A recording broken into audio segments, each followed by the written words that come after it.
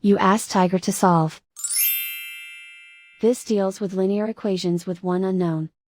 The final result is x equals 40. Let's solve it step by step.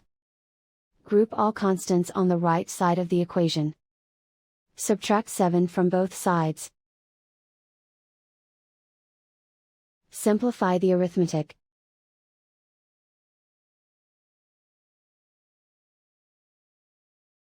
Isolate the x. Multiply both sides by inverse fraction 5 over -4.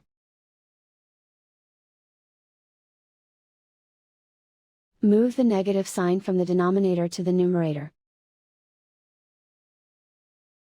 Group like terms. Multiply the coefficients. Simplify the arithmetic.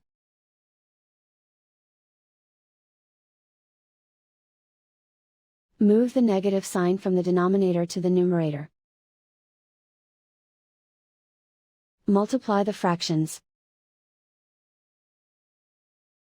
Simplify the arithmetic. And so the final result is x equals 40.